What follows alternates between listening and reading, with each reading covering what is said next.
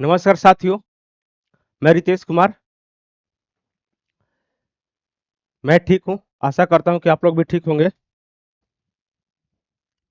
तो जो कल मैं सेशन पढ़ाया था, जो सूर्य के बारे में जो मैं बताया था, जो उनकी सूर्य की आंतरिक संरचना के बारे में कल मैं कंप्लीट कर दिया था। और कुछ सूर्य के बारे में थोड़ा सा लिख लेते हैं कि सूर्य के जीवन काल के बारे में कुछ समझ लेते हैं कि सूर्य के जीवन काल कहाँ से कहाँ तक है, कितना दिन है या कितना वर्ष है, और सूर्य अपने जीवन काल में कहाँ तक पहुंच चुका है। इससे पहले मैं बता चुका हूँ, बट फिर एक बार रिपीटेशन कर दे रहा हूँ, रिपीटेशन। और इसमें कितना हाइड्रोजन बचा है, क्या है, सूर्य की मृत्यु के बाद वो किस चीज में बदलेगा, तो ये चीज हम लोग कुछ जान लेते हैं। उसके बाद हम आगे फिर थोड़ा सा बढ़ेंगे।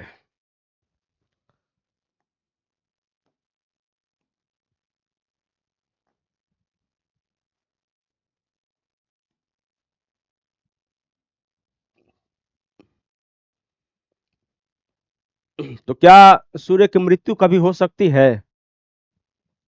हम लोग पढ़ेंगे कि क्या सूर्य की मृत्यु कभी हो सकती है। तो हाँ, हो सकती है। सूर्य की मृत्यु कभी भी हो सकती है, कभी नहीं, कभी हो सकती है, कभी भी नहीं। कब होगी? तो सूर्य के जीवन काल के बारे में हम कुछ लिख सकते हैं।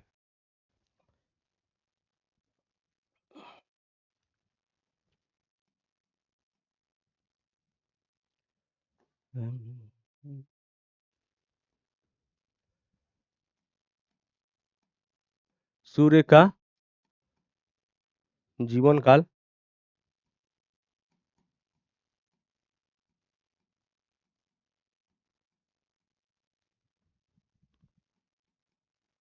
तो सूर्य का जीवन काल सूर्य का जीवन काल अभी, मतलब कि सूर्य की जीवन काल करीब करीब 10 अरब वर्ष है इसका जीवन काल। मतलब कि अपने जिंदगी का सूर्य अपने जिंदगी का 10 अरब साल जिएगा।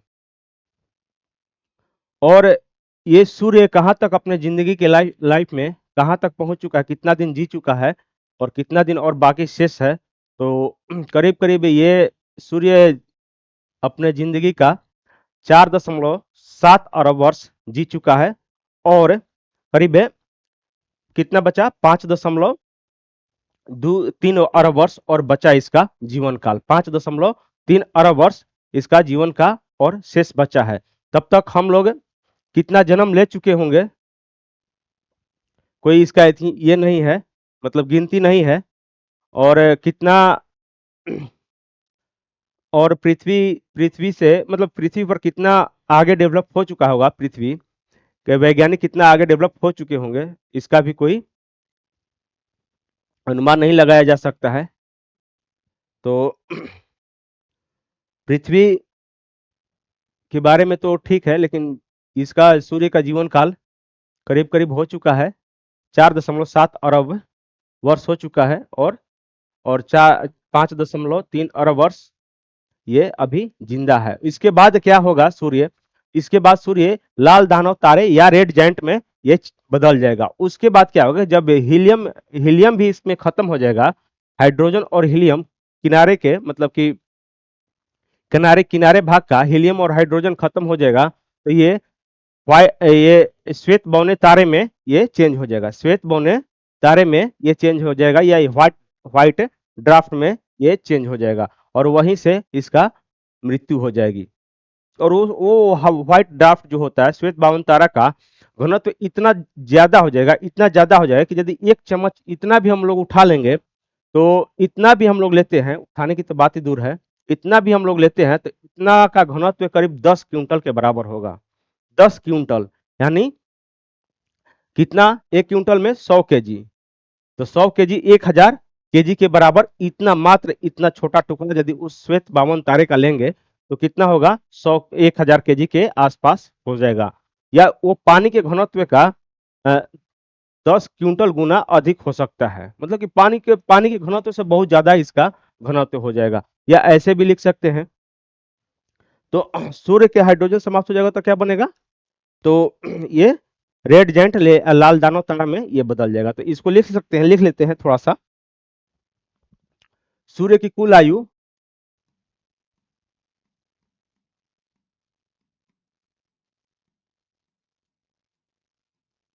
आयु लगभग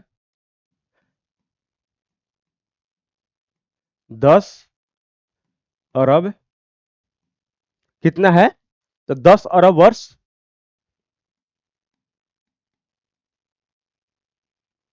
10 अरब वर्ष है।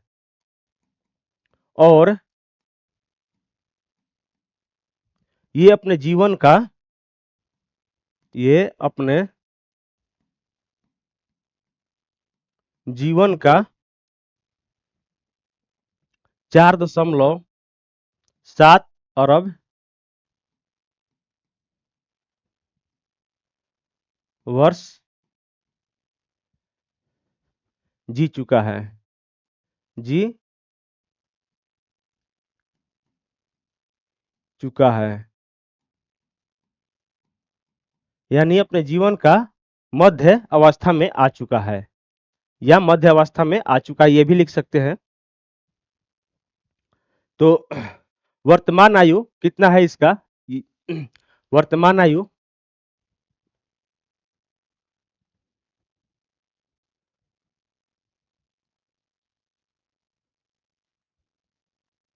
और ऐसे जीवन का, ये अच्छा वर्ड नहीं लग रहा है तो थोड़ा सा इसको हम हटा के एक दूसरा वर्ड लिख सकते हैं।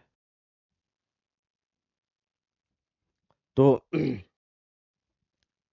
इसको लिख सकते हैं कि इसकी वर्तमान आयु करीब है, इसकी वर्तमान आयु कितनी है, 4.7 अरब वर्ष। वर्तमान आयु 4.7 अरब वर्ष हो चुका है। तो सूर्य के बारे में ये जाने कि कितना इसका जीवन काल है और कितना भी ये अपने लाइफ का, जीवन का गुजार चुका है। सूर्य के अंदर हाइड्रोजन जब समाप्त हो जाएगा, यहां पे लिख सकते हैं, सूर्य के अंदर जब हाइड्रोजन समाप्त हो जाएगा,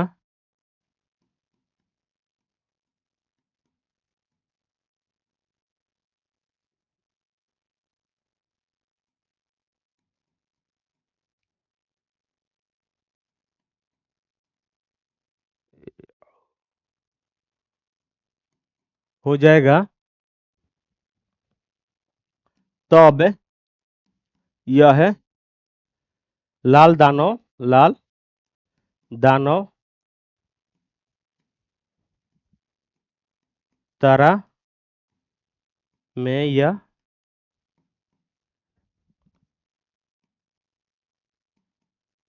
रेड जायंट में बदल जाएगा।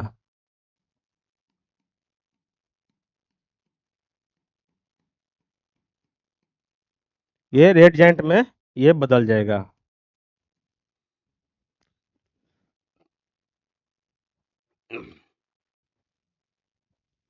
अंत में अब क्या होगा कि अंत में सूर्य का क्रोड, मतलब क्रोड का भी, मतलब किनारे का या क्रोड का, जब हाइड्रोजन या हीलियम हीलियम समाप्त, पूरी तरह समाप्त हो जाएगा, यहाँ पे अंत में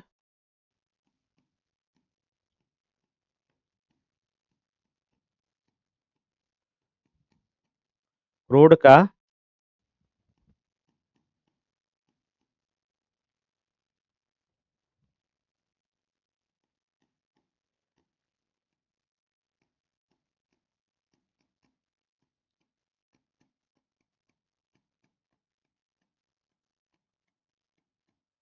तो यह हो जाएगा, तब सूर्य सफेद बौने तारे में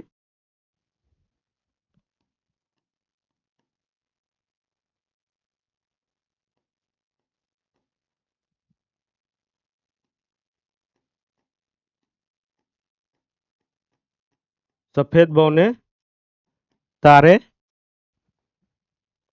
का रूप ये तारे में बदल जाएगा।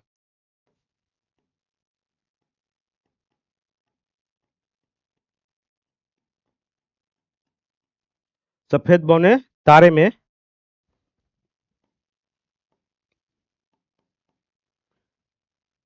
कैसे बदलेगा? तो सफेद पौने तारे में ड्राफ्ट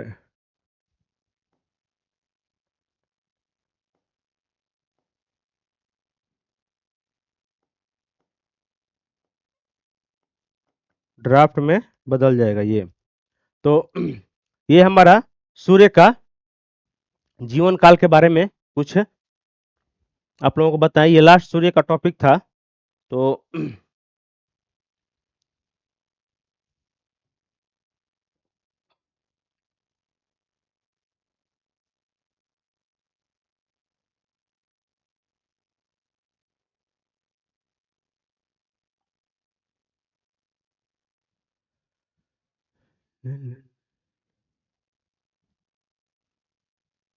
ये हमारा सूर्य का एक जीवन काल के ओल्ड एज, जैसे कि हम लोगों का भी जो एज होता है, हम लोगों का जो एज है, तो शुरू में क्या होता है? तो ये है निहारिका या नेबुला। हम लोग भी गर्भाशय में रहते हैं, उसके बाद फिर जन्म लेने के बाद जन्म लेते हैं यहाँ पे। उसके बाद फिर धीरे धीरे इंक्रीज होते हैं और मिड एज में आ जाते हैं। तो मिड एज में क्या हो जाएगा कि लाल दानव तारे में बदल जाएंगे, और यहाँ उसके बाद क्या होगा कि ओल्ड एज में यानी हम लोगों का डेथ हो जाएगा। तो वही सूर्य का भी जीवन चक्र है। सूर्य का भी यही जीवन चक्र है। हमारा और सूर्य का अलग नहीं है। सूर्य का भी यही जीवन चक्र है और हम लोगों का भी वैसे ही जीवन चक्र से गुजरना होता है।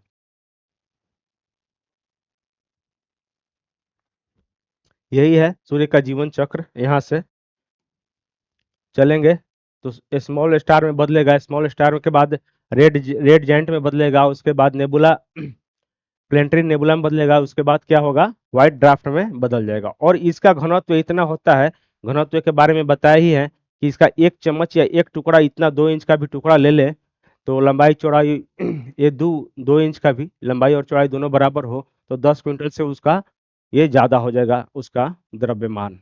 इतना इसका ये घना होता है। तो ये हमारा सूर्य के बारे में कुछ लास्ट जानकारी थी। अब क्या पढ़ते हैं अब क्या हम लोग आगे कुछ चलते हैं, तो हम लोग अब चलते हैं उपसौर और अपसौर के बारे में। उपसौर और अपसौर के बारे में हम लोग थोड़ा सा चलते हैं। तो उपसौर अपसौर के बारे में जानते हैं कि उपसौर क्या होता है और अपसौर क्या होता है। यानी उपसौर पेरीहिलियन और क्या होता है पेरी एपीहिलियन एपीहिलियन और पेरीहिलियन क्या होता है, इसके बारे में हम लोग कुछ पढ़ते हैं। तो एक ये भी होता है ना कि सूर्य की पृथ्वी से दूरी एनी मतलब कि सब समय बराबर नहीं होती, एनी टाइम बराबर नहीं होती है। सबको मालूम है, करीब करीब ये चीज मालूम होना भी चाहिए कि सूर्य की दूरी पृथ्वी से हर समय बराबर नहीं होती है, कभी ज्यादा कभी कम, कभी ज्यादा कभी कम। तो 6 माह तो ज्यादा ही होगी, 6 माह कम होगी इसका इसके अनुसार। तो एक चित्र के अनुसार देखते हैं हम लोग।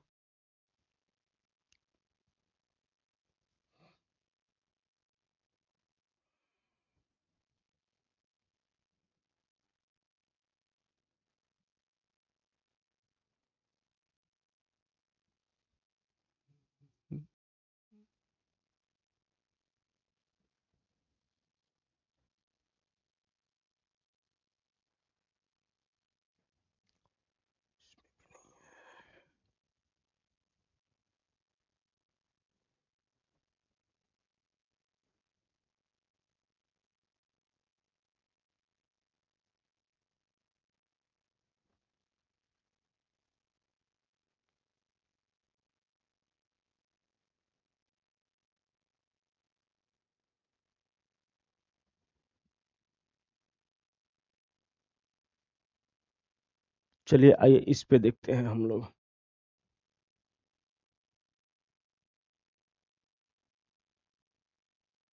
ये तो दिखाई दे रहा होगा क्लियर। तो एक हम भी चित्र बना लेते हैं।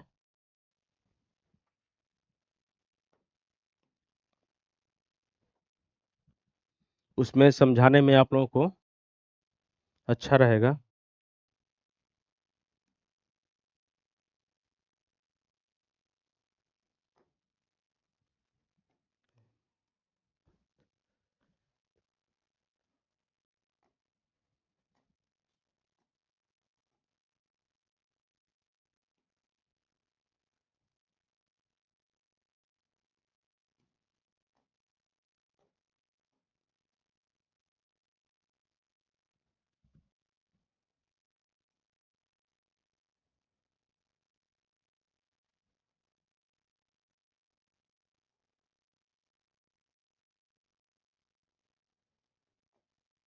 ये हमारा पृथ्वी हो गई, अर्थ है।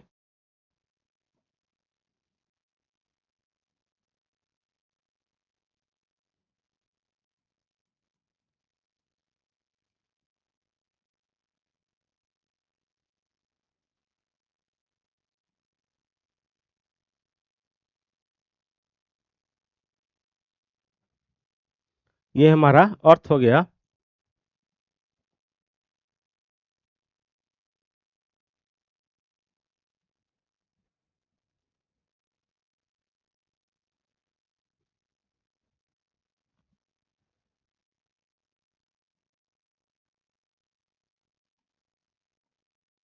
तो ये हमारे अर्थ है कितना डिग्री पे झुकी हुई है, तो शायद 23 डिग्री पे ये झुकी हुई है।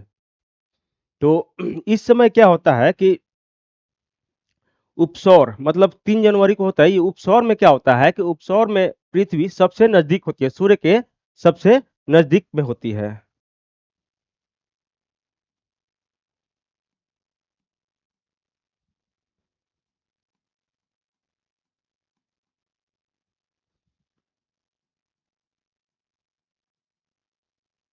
सूर्य के सबसे नजदीक में हमारी पृथ्वी होती है 3 जनवरी को। उस समय कितना इसका दूरी होता है, उस समय कितना इसका दूरी होता है, तो देखिए कितना दूरी होता है।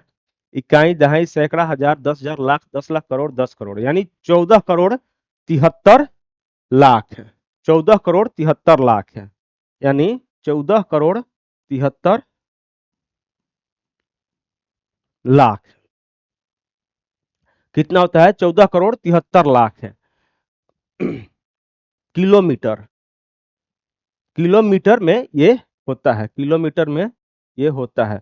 और इसमें कितना होता है, 15 करोड़ 15 करोड़ 21 लाख है, 21 लाख है किलोमीटर। किलोमीटर में इसका दूरी होता है। तो ये जब नजदीक में होती है तो अब आप लोग बोलेंगे, एक सवाल उठना जरूरी होता है कि यहाँ पे कि सर 3 जनवरी को तो हमारे यहाँ ठंडी होती है, बहुत ज्यादा ठंड पड़ती है। बात तो सही है कि ठंड पड़ती है 3 जनवरी को। और क्या होता है कि 4 जुलाई को हमारे यहाँ गर्मी पड़ती है। तो जब सूर्य सबसे नजदीक होती है तो उस समय तो गर्मी पड़ना चाहिए। पृथ्वी का सबसे नजदीक होता है सूर्य, तो उस समय तो हमारे यहाँ गर्मी पड़नी चाहिए। और जब दूर होता है तो उस समय ठंडी होनी चाहिए। लेकिन बट ये उल्टा क्यों होता है, ये बात क्वेश्चन आना चाहिए, हर किसी के मन में सवाल आना चाहिए। तो यहाँ पे क्या होता है कि सूर्य सूर्य क्या होता है कि यहाँ पे उत्तरायण होता है, दक्षिणायन होता है, इस समय दक्षिणायन होता है। 3 जनवरी को क्या होता है कि सूर्य सूर्य कहाँ होता है, पृथ्वी पर। सूर्य की स्थिति क्या होती है 3 जनवरी को, पृथ्वी पर उत्तरायण होता है, दक्षिणायन होता है, दक्षिणायन होता है। हम लोग कहाँ पे हैं, हम लोग हैं यहाँ पे। हम लोग कहाँ पे हैं, तो हम लोग हैं यहाँ पे।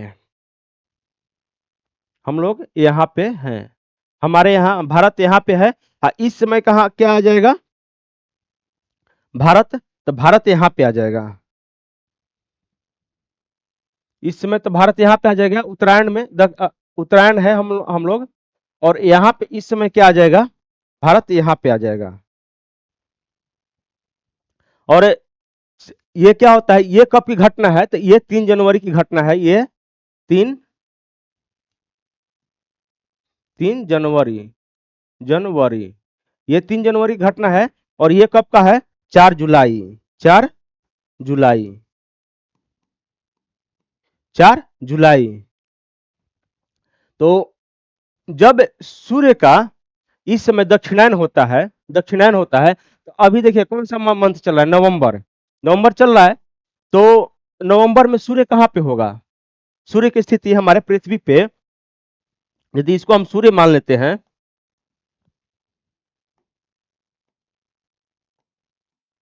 इसको हम सूर्य मान लेते हैं,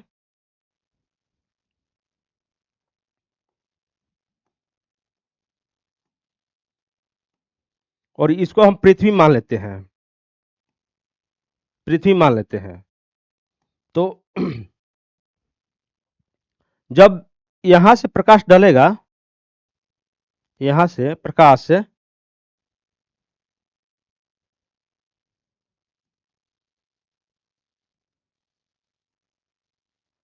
तो हमारा भारत कहाँ पे है, इसमें इस ग्लोब में हमारा भारत ये रहा, हमारा भारत ये रहा, ये हमारा भारत रहा। तो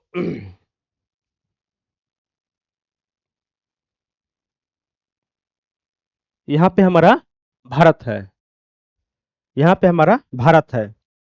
तो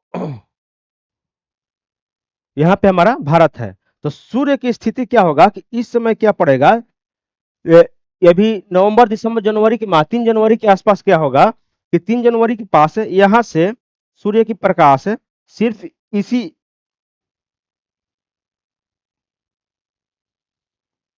इसी क्षेत्र में पड़ेगा, इसी क्षेत्र में ज्यादा पड़ेगा।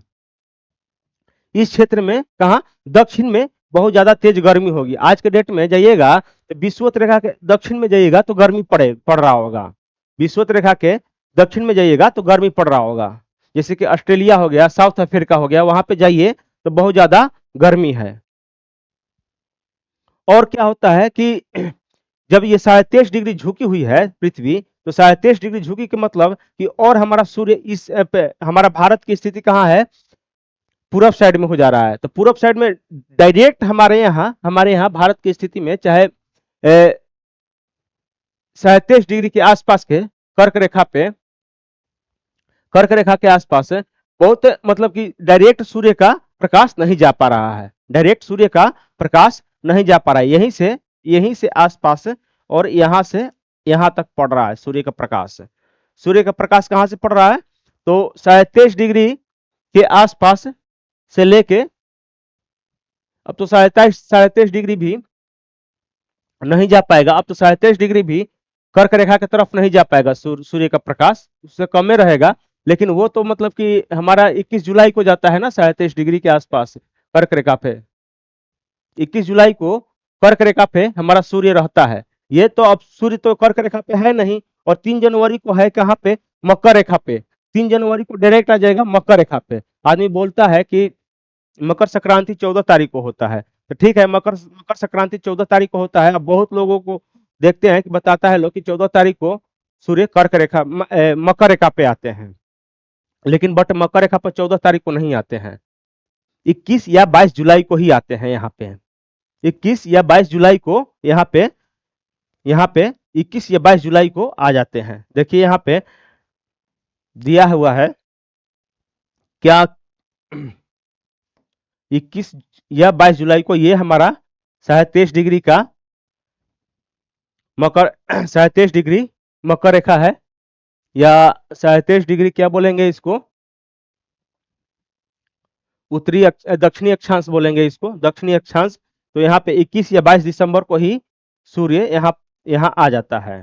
तो मकर संक्रांति नहीं होता है 14 जनवरी को, जो वो तो कैलेंडर के अनुसार हो रहा है, लेकिन बट क्या होता है कि मकर संक्रांति का एक्चुअली दिन क्या होता है, 21 या 22 दिसंबर को होता है। तो उसको अभी छोड़ते हैं। तो इस कारण से क्या होता है कि यहाँ पे हमारे यहाँ अभी ज्यादा धूप नहीं पड़ती है। अब सोचिए कि ज्यादा धूप नहीं पड़ती है, इस समय हमारे दक्षिणी ध्रुव वालों को कितना धूप पड़ रहा होगा, कितना धूप पड़ रहा होगा दक्षिणी ध्रुव वालों को। तो दक्षिणी ध्रुव में क्या होता है कि 4 जुलाई को सबसे अधिक धूप पड़ती है, सॉरी सबसे अधिक ठंडी पड़ती है, और हमारे यहाँ सबसे अधिक गर्मी, यहाँ पे सबसे अधिक ठंडी पड़ती है, और हमारे यहाँ 4 जुलाई को सबसे अधिक गर्मी पड़ती है। और यहाँ पे क्या होता है कि 3 जनवरी को सबसे यहाँ हमारे यहाँ ठंडी पड़ेगी 3 जनवरी को, और 3 जनवरी को साउथ में, दक्षिण में, मतलब विषुवत रेखा के दक्षिण में सबसे अधिक गर्मी पड़ेगा। तो यहाँ पे आप लोग दोनों कंफ्यूज मत होइएगा, कभी कभी आता है ज्यादा, मतलब कि ये एनी टाइम नहीं पूछता है, रेयर केस में ये कभी पूछ दिया कि विषुवत रेखा के दक्षिण में सबसे अधिक तापमान कब रहता है, सबसे अधिक तापमान कब रहता है, या सबसे अधिक ठंडी कब पड़ती है, सबसे अधिक ठंडी कब पड़ती है। तो 4 जुलाई को हमारा क्या होगा कि यहाँ पे 4 जुलाई को क्या होगा हमारे यहाँ पे कि विषुवत रेखा के दक्षिण में सबसे अधिक ठंड पड़ेगी 4 जुलाई को। और यहाँ ये स्थिति है क्या, ये भारत की स्थिति है, ये उत्तरी अक्षांश की स्थिति है 4 जुलाई को गर्मी पड़ने की, न कि हमारा ठंडी पड़ने की स्थिति है। तो यहाँ पे क्या होता है कि भारत हमारा कहाँ है, उत्तरी ध्रुव में है, इस कारण यहाँ से क्या होता है कि डायरेक्ट सूर्य का प्रकाश यहाँ पे नहीं पहुंच पाता है। यदि यहाँ पे क्या होता कि सूर्य का प्रकाश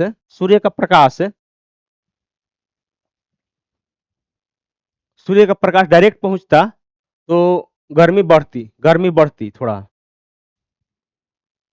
तो इस कारण ये हमारा 3 जनवरी को क्या बोलेंगे, 3 जनवरी को क्या बोलेंगे, पेरीहिलियन बोलेंगे, यानी उपसौर। ये समय सूर्य हमारा हमारे पृथ्वी के सबसे नजदीक होता है, और 4 जुलाई को सबसे दूर होता है पृथ्वी का।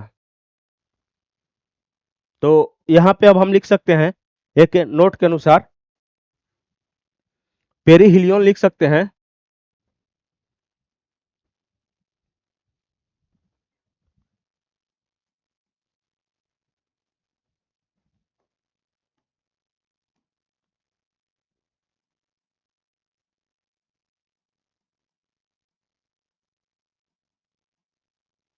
पेरीहेलियन पेरीहेलियन, इसको क्या बोलेंगे, उपसौर।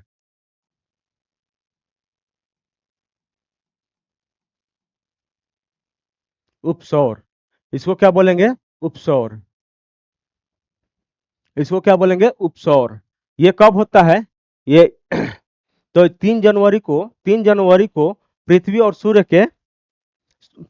सूर्य एक दूसरे के सबसे करीब आ जाते हैं। क्या बोलते हैं इसको, इसको लिखेंगे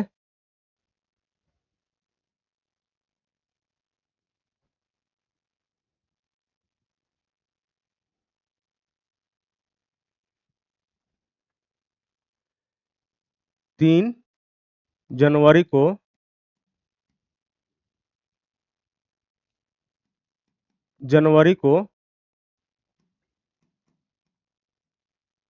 पृथ्वी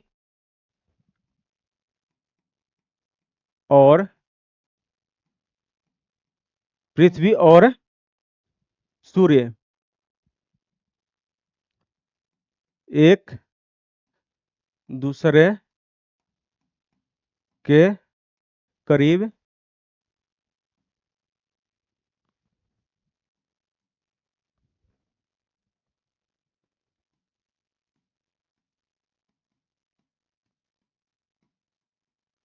करीब आ जाते हैं। कितनी दूरी रहती है, तो इनकी दूरी रहती है 14, कितना लिखे थे, 7, हाँ 14 अरब, कितना लिखे थे, 14 इसमें क्या था,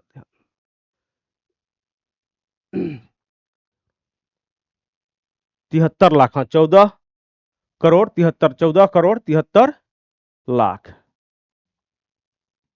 किलोमीटर। इसमें क्या होता है, 14 करोड़ 73 लाख किलोमीटर, या इसको और लिख सकते हैं 14.7 करोड़ किलोमीटर। इसको या इसमें भी लिख सकते हैं, लगभग में लिख सकते हैं, लगभग में कभी कभी लगभग में दे देगा कि लगभग कितना होता है, तो 7 करोड़ किलोमीटर ये भी दे देगा। तो ये हमारा उपसौर हो गया। और क्या होता है अपसौर? अपसौर होता है मानी एपीहिलियन। क्या होता है एपीहिलियन?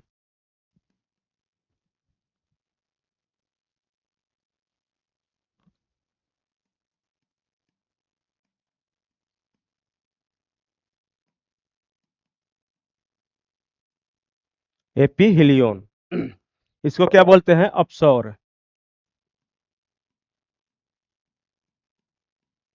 अपसौर ये कब होता है? 4 जुलाई को। ये होता है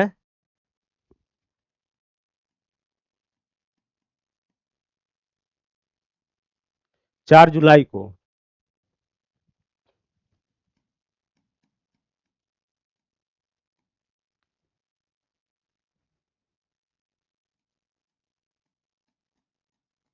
पृथ्वी और सूर्य एक दूसरे के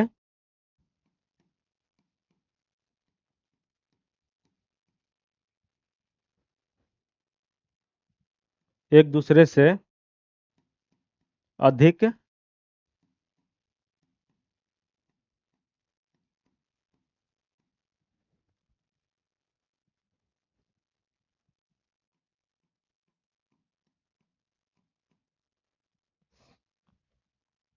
कितना हो जाता है?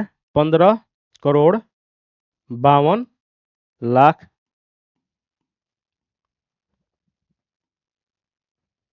किलोमीटर या 15.5 करोड़ किलोमीटर, इसको ऐसे भी लिख सकते हैं। तो ये हमारा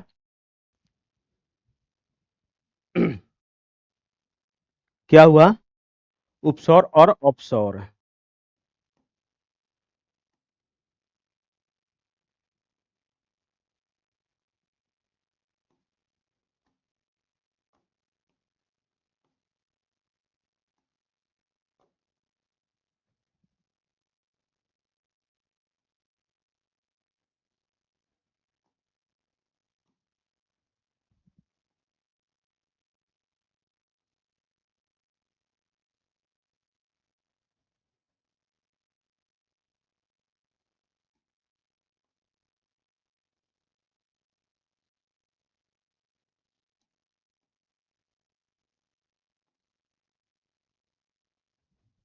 हमारी भारत की स्थिति कहाँ पे हो जाएगी?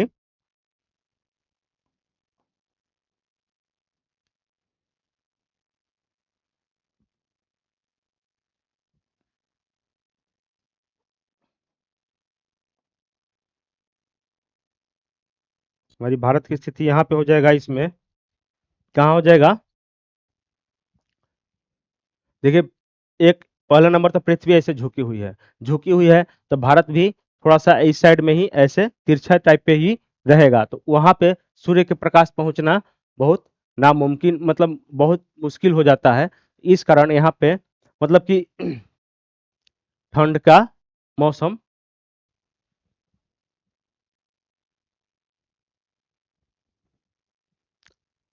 ठंड का मौसम रहता है, लेकिन गर्मी नहीं रहती है, इसलिए कि जबकि नजदीक है, जब सूर्य का सबसे नजदीक यही है 3 जनवरी।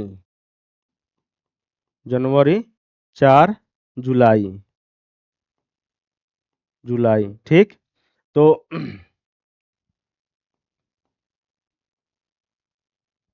ये हमारा जो सूर्य का स्थिति है। और भारत की स्थिति कहाँ पे आ जाएगा? तो भारत की स्थिति यहाँ पे आ जाएगा, नहीं सॉरी, यहाँ पे आ जाएगा। भारत की स्थिति यहाँ पे रहेगा। तो इस कारण हमारा सूर्य मतलब 3 जनवरी और 4 जुलाई को, और एक चित्र के अनुसार आप लोगों को दिखा रहे हैं,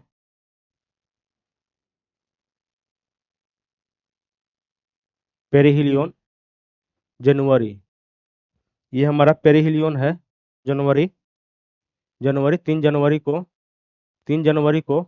और देखिए क्या कितना छाया पड़ रहा है, सूर्य का कितना छाया पड़ रहा है। तो यही हमारा छाया पड़ रहा है।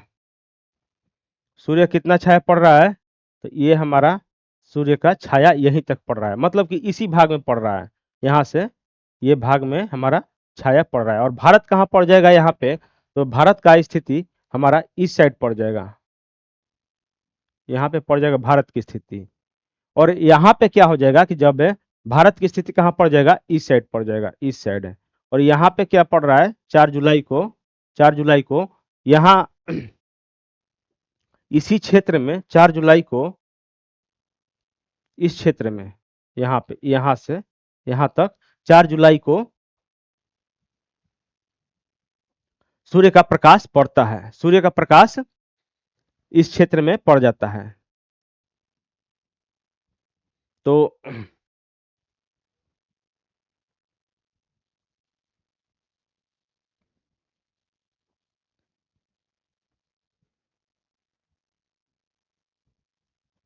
ये हमारा क्या हो जाएगा, विषुवत रेखा, ये हमारा विषुवत रेखा पड़ जाएगा। तो 23.5 डिग्री अक्षांश, 23.5 डिग्री अक्षांश ये हो जाएगा, विषुवत रेखा नहीं पड़ जाएगा, 23.5 डिग्री अक्षांश पड़ जाएगा। तो ये हमारा 23.5 डिग्री अक्षांश पड़ जाएगा।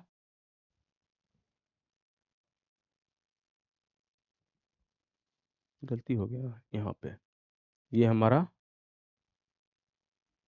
विषुवत रेखा हो जाएगा, ये हमारा विषुवत रेखा हो जाएगा। तो ये हमारा 23.5 डिग्री अक्षांश पे झुकी हुई है पृथ्वी। और देखिए कितना, तो 147.1 मिलियन किलोमीटर या 91.4 मिलियन मिलीमीटर, मिलीमीटर में भी दिया है, किलोमीटर में भी दिया है। तो ये हमारा सूर्य की उपसौर और अपसौर की स्थिति आप लोगों को समझाए। और आगे बढ़ते हैं, इसमें क्या होता है,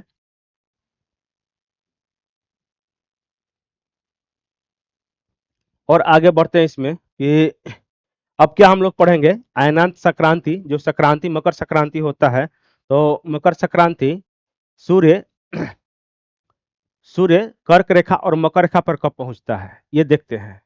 सूर्य कर्क रेखा और मकर रेखा पर कब पहुंचता है। तो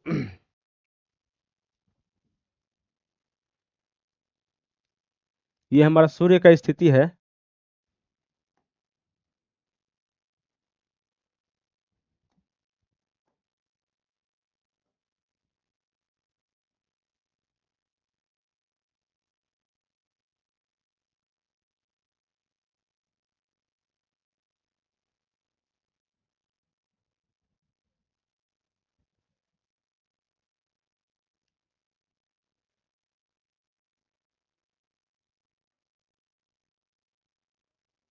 ये हमारा सूर्य का स्थिति है। मान लीजिए कि ये हमारा पृथ्वी है, सॉरी पृथ्वी है, और सूर्य, एक सूर्य बनाते हैं।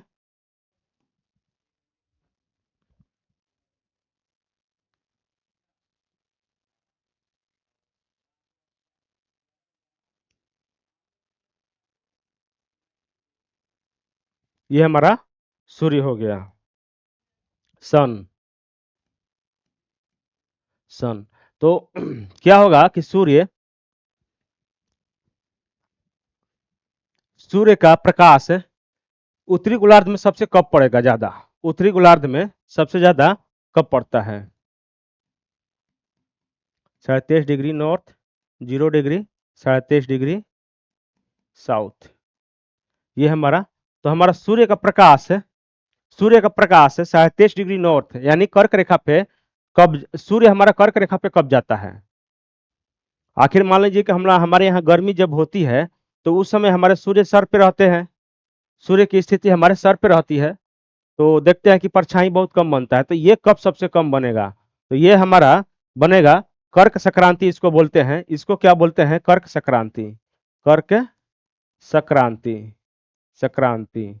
ये कब होता है, तो ये होता है 21 जुलाई को, जुलाई, जुलाई को ये कर्क संक्रांति होती है। और मकर संक्रांति कब होती है, तो यहाँ पे मकर रेखा पे, मकर रेखा पे मकर, यदि देखिए अब कर्क रेखा पे यहाँ पे हमारा सूर्य है, सूर्य की स्थिति मान लीजिए कि हमारा कर्क रेखा पे है, यहाँ पे कर्क रेखा पे है, तो हमारे यहाँ गर्मी है। लेकिन क्या होगा कि साउथ में क्या होगा, इस साइड, इस साइड क्या होगा, साउथ में क्या होगा, साउथ में क्या होगा कि यहाँ पे ठंड पड़ रही होगी। साउथ में अभी भी, अभी के डेट में तो नवंबर चल रहा है, तो नवंबर में तो गर्मी पड़ रही होगी। लेकिन जब हमारे यहाँ गर्मी पड़ेगी, कर्क, हमारे यहाँ जब गर्मी पड़ेगी तो साउथ में क्या होगा, ठंडी पड़ेगी, ठंडी पड़ेगी, उल्टा होता है विषुवत रेखा के। और क्या होगा कि जब यहाँ पे ये मकर, मकर रेखा है, तो इसको बोलेंगे मकर संक्रांति, मकर संक्रांति, संक्रांति, ठीक, इसको मकर संक्रांति। ये कब होता है, मकर संक्रांति कब होता है, तो 22 दिसंबर को होता है, ये 22 दिसंबर को होता है, ये 22 दिसंबर को होता है। तो 22 दिसंबर को होता है, तो जब सूर्य यहां से, जब सूर्य का प्रकाश टोटल करीब करीब इसके इस सीधी रेखा में होगा, जब सूर्य, जब सूर्य सीधी रेखा में होगा, यहाँ पे सीधी रेखा में होगा, तो यहाँ पे क्या होगा कि यहाँ पे 22 दिसंबर को गर्मी पड़ेगी। जब 22 दिसंबर को क्या होगा कि 22 दिसंबर को जब यहाँ पे गर्मी पड़ेगी तो हमारे यहाँ ठंडी रहेगी। 22 दिसंबर को, यदि अभी देखिए 22 दिसंबर को यहाँ पे गर्मी पड़ रहा है, अब जाइएगा विषुवत रेखा के दक्षिण में, तो क्या होगा कि गर्मी पड़ रहा होगा, तो हमारे यहाँ से उल्टा होता है। तो हम लोग क्या बोलेंगे कि अभी हमारे यहाँ ठंडी है, तो हम लोग अपना ठंडी को उस साइड के लिए नहीं पढ़ते हैं। वो सब यदि यदि ये पूछता है कभी कभी कि यदि हमारे यहाँ गर्मी पड़ रही है, 21 जुलाई को गर्मी पड़ रही है, तो विषुवत रेखा के दक्षिण में मतलब कौन सा सीजन होगा, शरद ऋतु होगा या ग्रीष्म ऋतु होगा या शीत ऋतु होगा। तो ये चीजें, शीत ऋतु, ग्रीष्म ऋतु या वर्षा ऋतु, या इनमें से अधिक है। तो ये चीज पूछता है कब, तो ये नेट जीआरएफ वाला एग्जाम जो होता है ना, उसमें पूछता है। लेकिन यूपीएससी के लेवल पे जाइएगा तो ये कभी कभी इस स्थिति को सिद्ध ये करने के लिए दे देता है कि इसमें कौन सा कथन सही है। तो वैसे यूपीएससी में दे देता है, लेकिन वनडे एग्जाम में सिर्फ यही देगा कि कर्क रेखा पे सूर्य कब आता है, मकर रेखा पे सूर्य कब आता है, बस। और ये ठंडी और गर्मी के बारे में ये सब चीज कुछ नहीं पूछता है। तो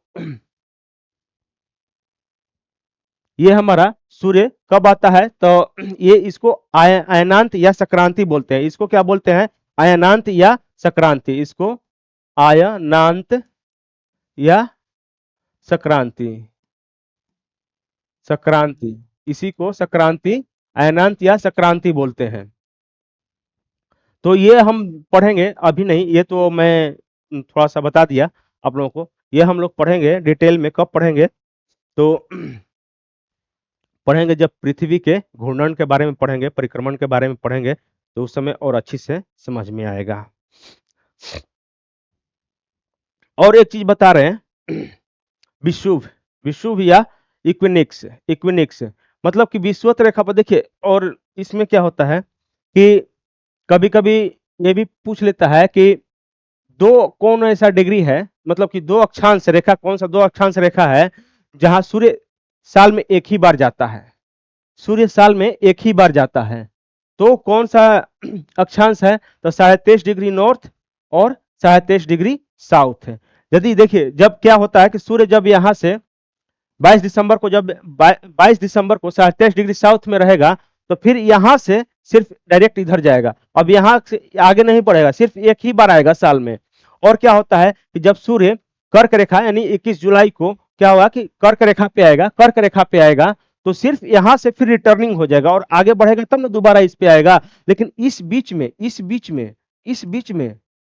क्या होता है, 23.5 डिग्री नॉर्थ से 23.5 डिग्री साउथ, 23.5 डिग्री नॉर्थ से 23.5 डिग्री साउथ के बीच में जितना भी अक्षांश पड़ता है, जितना भी अक्षांश पड़ता है, मतलब कि 23 दूनी 46 डिग्री अक्षांश पड़ेगा।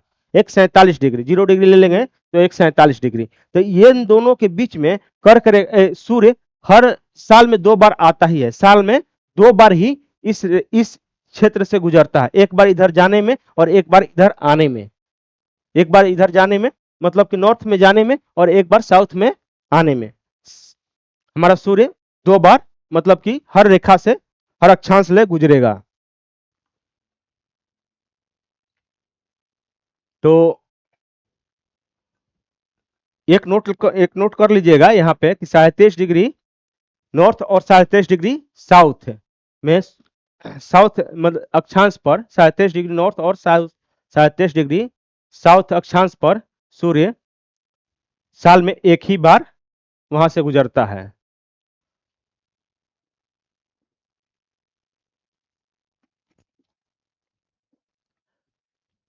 तो ये हमारा सूर्य की स्थिति अयनांत या इसको संक्रांति बोलते हैं। और देखते हैं विषुव या इक्विनिक्स, क्या बोलेंगे इसको? इक्विनॉक्स, इक्विनॉक्स, इक्विनॉक्स इसको बोलेंगे, या विषुव है। तो ये इस पे क्या होता है कि सूर्य विषुवत रेखा पर, विषुवत रेखा में, विषुवत रेखा पर साल में 2 बार आता है। जैसे कि बोले कि 23.5 डिग्री नॉर्थ से 23.5 डिग्री साउथ तक साल में 2 बार सूर्य हर अक्षांश ले गुजरेगा ही। तो 0 डिग्री तो बीच में ही आता है, विषुवत रेखा, भूमध्य रेखा। तो यहां से भी यहां से भी मतलब कि क्या होता है कि सूर्य 2 बार गुजरता है। अब ये कब कब गुजरेगा ये पूछता है क्वेश्चन। अब मान लीजिए कि 23.5 डिग्री हो गया, तो ये थोड़ा ना पूछेगा कि 22 डिग्री चाहे 21 डिग्री पे 21 डिग्री नॉर्थ या साउथ में सूर्य किस डेट को गुजरेगा, किस डेट को वहां से गुजरेगा, किस किस डेट को। मान लो कि 2 बार गुजरा यहां से, मान लीजिए कि ये हो गया हमारा 15 डिग्री या 16 डिग्री, मान लीजिए 15 डिग्री या 16 डिग्री हो गया, 15 डिग्री। तो 15 डिग्री पे ये पूछेंगे 15 डिग्री पे सूर्य किस किस डेट को गुजरेगा, किस किस डेट को यहाँ से किस किस डेट को यहाँ से पार करेगा, या किस किस डेट को यहाँ पे 15 डिग्री पे सूर्य आएगा। ये नहीं पूछता है, ये सिर्फ पूछता है, सिर्फ ये सिर्फ पूछता है कि 0 डिग्री, 0 डिग्री जो होता है विषुवत रेखा, विषुवत रेखा पे सूर्य साल मतलब कि कब कब आता है। साल में 2 बार आएगा विषुवत रेखा पे भी, तो साल में 2 बार आएगा तो कब कब आएगा, किस डेट को आएगा। तो ये दोनों पूछता है। तो ये दोनों के लिए हम एक अलग चित्र बनाकर दिखाते हैं।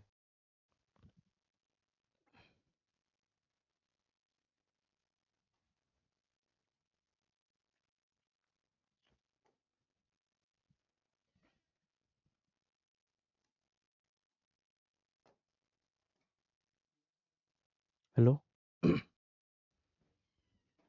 ठीक, ये हमारा विषुवत रेखा हो गया, ये हमारा क्या हो गया, विषुवत रेखा हो गया, यानी 0 डिग्री, 0 डिग्री, ये हमारा 0 डिग्री। तो अब क्या होगा, यहां से सूर्य, यदि देखिए ये हमारा 23 डिग्री हो गया, मान लीजिए कि यह हमारा 23 डिग्री हो गया,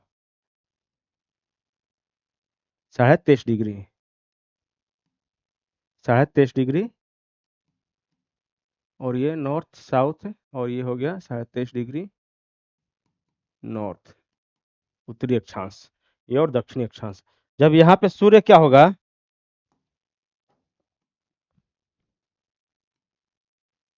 सूर्य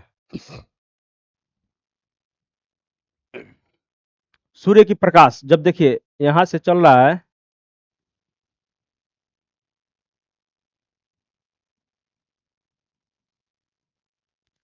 और एक चला यहां तक, ये हमारा सूर्य का प्रकाश चला। तो जब यहां तक आया तो यहां से तो फिर रिटर्न होगा, और यहां से भी एक बार रिटर्न होगा। तो मान लीजिए कि यहां से रिटर्न होगा 23.5 डिग्री नॉर्थ से, तो ये कब रिटर्न होगा, 0 डिग्री पे कब आएगा, ये 0 डिग्री पे कब आएगा।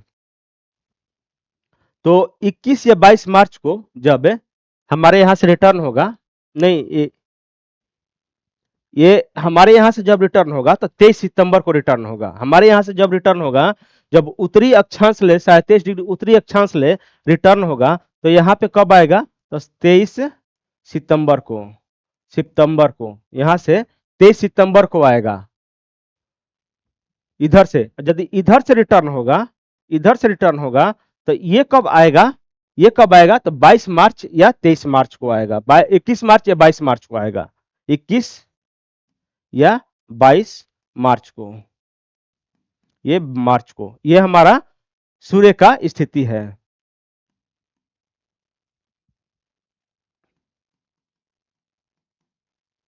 ये हमारा सूर्य का स्थिति है। तो यदि यहां से जब देखिए, एक बार और समझाते हैं आप लोगों को। सूर्य जब 23 साढ़े 23 डिग्री नॉर्थ अक्षांश पे गया, उत्तरी अक्षांश पे गया, तो वहां से फिर रिटर्न आएगा, रिटर्न तो आएगा ही, यहां से रिटर्न आएगा ही, फिर तो रिटर्न आएगा तो एक बार तो 0 डिग्री पे आएगा ही, 0 डिग्री पार करने के बाद तो फिर यहाँ पे आएगा ना 37 डिग्री साउथ में, 37 डिग्री दक्षिणी अक्षांश में, तो 0 डिग्री पार करेगा, तो 0 डिग्री पे जब नॉर्थ से आएगा तो 0 डिग्री पे कब आएगा? 23 सितंबर को आएगा। इसलिए कि देखिए क्या होता है कि कर्क रेखा, कर्क रेखा पे कब जाता है सूर्य? तो कर्क रेखा पे कब जाता है? तो 21 जून को जाता है सबसे ज्यादा, ये इस दिन 21 जून को यहाँ पे रहेगा, 21 जून को यहाँ पे रहेगा। और कहाँ रहेगा? यहाँ पे कब रहेगा? यहाँ पे कब रहेगा? तो यहाँ पे आप लोगों को रहेगा 22 दिसंबर को, 22 दिसंबर को रहेगा। तो यहाँ पे जब 22 दिसंबर को, जब 21 जून से जब ये वापस लौटेगा तो फिर 23 सितंबर को क्या आएगा? विषुवत रेखा पे आएगा। और 23 सितंबर के बाद जब यहाँ पे आ जाएगा 22 दिसंबर, 22 दिसंबर, 23 सितंबर के बाद यहाँ पे आएगा 22 दिसंबर, 22 दिसंबर को क्या आ जाएगा? कर मकर रेखा पे आ जाएगा सूर्य। मकर रेखा पर जैसे आएगा तो फिर यहाँ से रिटर्न जाएगा, फिर यहाँ से रिटर्न जाएगा तो फिर विषुवत रेखा पे आएगा एक बार, तो विषुवत रेखा पे कब आएगा? 21 या 22 मार्च को, फिर ये दोबारा रिटर्न आके यहाँ पे विषुवत रेखा को क्रॉस करेगा। तो ये हमारा, इसको क्या बोलते हैं? विषुव या इक्विनोक्स। इसको क्या बोलते हैं? विषुव, विषुव या इक्विनोक्स।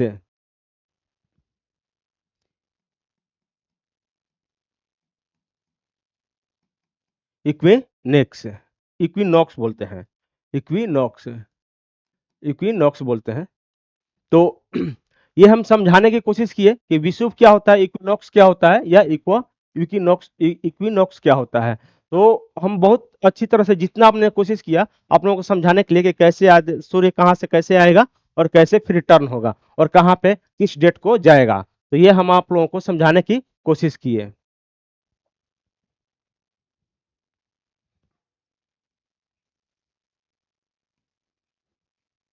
ये हमारा सूर्य का सीधी रेखा पड़ेगा। तो चलिए इक्विनॉक्स के बारे में हम लोग पढ़ चुके हैं। तो यहाँ से अब हम लोग कल पढ़ेंगे क्या? तो सूर्य ग्रहण के बारे में कल से स्टार्ट करते हैं कि सूर्य ग्रहण या सोलर इक्लिप्स क्या होता है। सूर्य ग्रहण के बारे में कल हम लोग कुछ देखते हैं कि सूर्य ग्रहण क्या होता है क्या नहीं।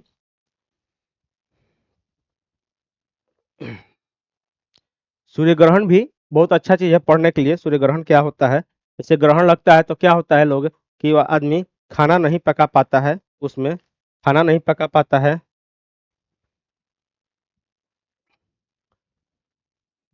उस समय खाना नहीं पका पाता है।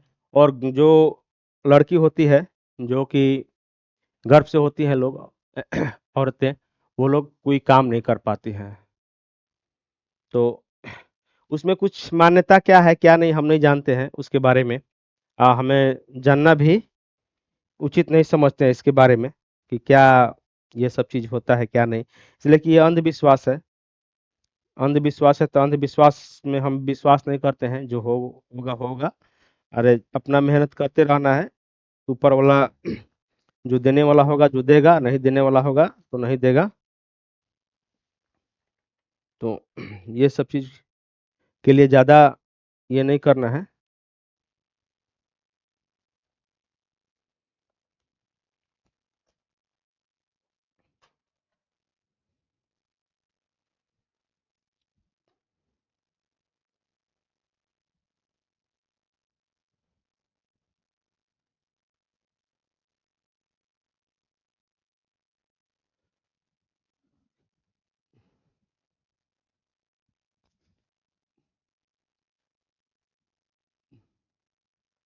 नहीं देखिए, देखो बाबू क्या होता है कि फिर से मैं एक बार समझा देता हूँ आप लोगों को। प्रिंस कुमार, कोई नहीं, बहुत अच्छी तरह से समझाएंगे।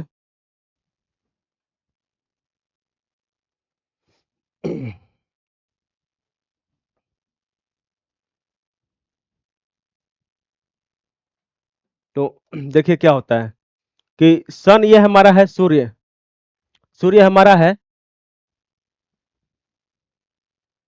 सूर्य हमारा है। तो यहाँ पे क्या होगा कि सूर्य की प्रकाश है, शायद देखिए क्या होता है कि 22 जून को जब हमारे यहाँ गर्मी पड़ती है, जब भारत में गर्मी पड़ेगी, तो 22 जून को कहाँ रहेगा सूर्य? कर्क रेखा पे रहेगा। 21 जून को कर्क रेखा पे रहेगा।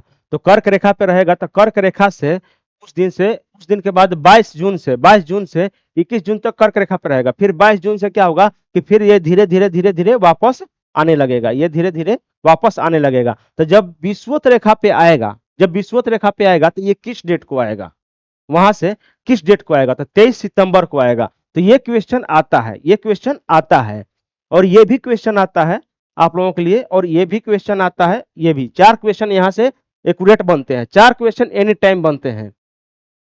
या दरोगा का एग्जाम हो, या यूपी पीसीएस, कोई भी पीसीएस एग्जाम हो, या कोई दरोगा का एग्जाम हो, या ग्रुप डी का एग्जाम हो, या कोई भी रेलवे का कोई भी एग्जाम हो, तो या एसएससी का भी एग्जाम हो, कोई भी एग्जाम हो जनरल कंपटीशन का, तो ये चारों चीज एक बार डेट आप लोगों को याद रखना होगा। तो क्या होता है कि जब सूर्य 21 जून को कर्क रेखा पर आएगा, रहेगा, तो वहां से फिर वापस लौटेगा। इसके आगे तो नहीं बढ़ पाता है ना सूर्य।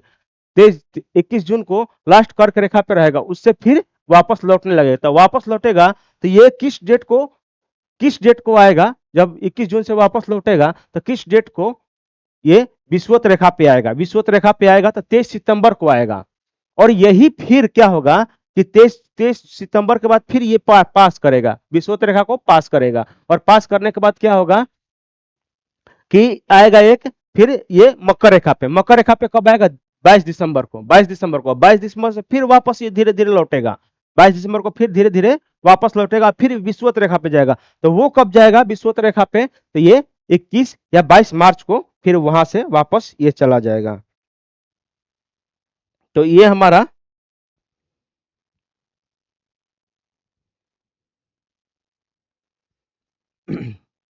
हो चुका है। अब चलते हैं, मिलते हैं नेक्स्ट क्लास में आप लोगों के लिए। तब तक के लिए गुड नाइट, बाय बाय, जय हिंद, जय भारत।